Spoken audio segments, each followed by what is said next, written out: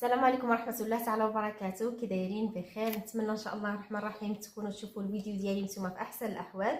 اليوم بغيت نشارك معكم الرز مفور بواحد الطريقه اللي سهله ويجي لذيذ بزاف، ونتمنى انكم تجربوها. المكونات اللي غادي نحتاجهم بطبيعه الحال الدجاج، وتقدروا تستعملوا اي بلاصه ديال الدجاج نتوما بغيتو. تقدروا تستعملوا دجاجه صاينه ولا ديروا نص، ولا المهم انايا هنايا درت الفخاد. غادي نحتاجوا كزبر مقطع، 4 ولا 5 ديال الفصوص ديال الثوم محكوكين، زويته بلديه مع زويته ديال الطياب، ديروا نص نص، وتقدروا تكتفيو بزويته العاديه ولا زويته بلديه زعما اللي بغيتو. في العطريه نحتاجو هنايا سكينجبير، الخرقوم، مليحه، البزار، قاقله وبسيبيسه انا مخلطاهم بجوج، واوراق الغار، وتقدروا تستغناو عليهم الا ما كانوش متوفرين هما. وقاقله وبسيبيسه تقدروا تعوضوها بالكمون. وبطبيعه الحال عندنا الرز اللي سلقته نص سلقه.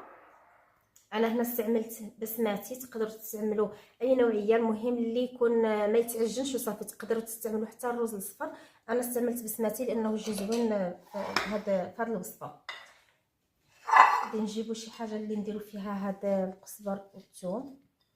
غادي تستعملوا العطريه والحويجات ديال الشرموله ديال الدجاج عاديه. غادي نديروا هاد العطريه كامله، اوراق الغار غادي نحتفظوا بها لان غادي نديروها غير في الرز. نديروا هاد الزويته وغادي نخلطوا هاد العطريه ديالنا مع القزبر والثوم مزيان.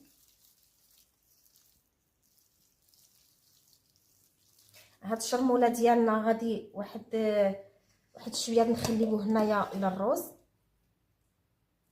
غادي نديرو بحال هكذا في الرز، وهذا غادي نشرملو فيه الدجاج ديالنا. والرز باش يجيكم زوين وما يتعجلكمش ضروري ما تغسلوه واحد 3 حتى ل 4 ديال المرات حتى تشوفوا داك الماء ديالو ما بقاش يخرج منه داك النشا ديال الرز، يعني يولي صافي. وإلا كان عندكم الوقت من الاحسن تخليوه واحد ربع ساعه حتى ل 20 دقيقه في الماء، عاد تصفيوه وتسلقوه. كما قلت لكم ديروا له غير نص سلقه.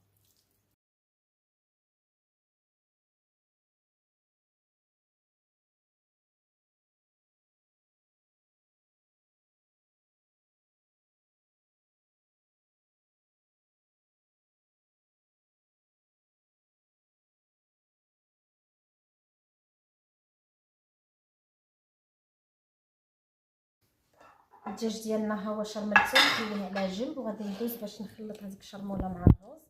نخلطوها مزيان باش داك الرز ديالنا كامل يتلبس بديك الشرموله.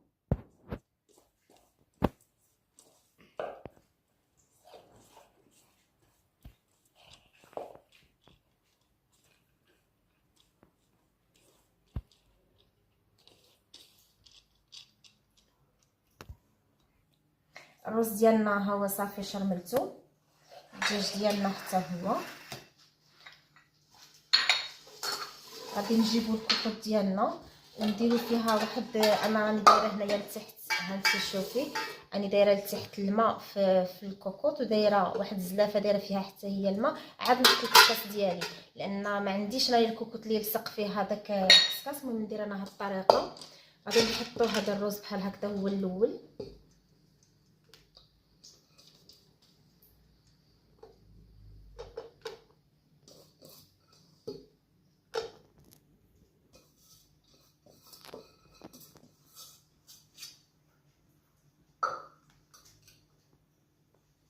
هاد اوراق الغار حتى هما غادي نضيفهم، غنديرهم غير منايا بحال هكذا لان غادي نحيدوهم فاش غادي فورنا الرز. والدجاج ديالنا غادي نحطوه من الفوق بحال هكذا.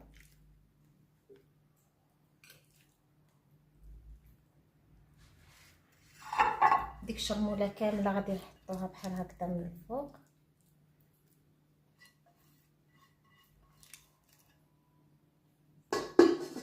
غادي نسدو على الكوكوط ديالنا وغادي نشعلوا لها النار عاديه حتى نعرفوا. المهم على حساب الوقت ديالها ديال الطياب، بالنص ساعه حتى الساعه الا ربع، وغادي نطفيو على الكوكوط ديالنا وغادي نوريكم النتيجه النهائيه ديال الرز ديالنا. هو وجد. داك الدجاج انا حيدته درته في الفران يتحمر. بغيتو تخليوه غير هكاك ممكن. تبارك الله، هو الرز ديالنا جا مفتول، جات حبه على اختها، وواحد الريحه تبارك الله طالعه ديال ديك الاقامه وديال الشرموله زوينه. نتمنى انكم تجربوا، واللي جربات وجهها زوين تخلي لي تعليق.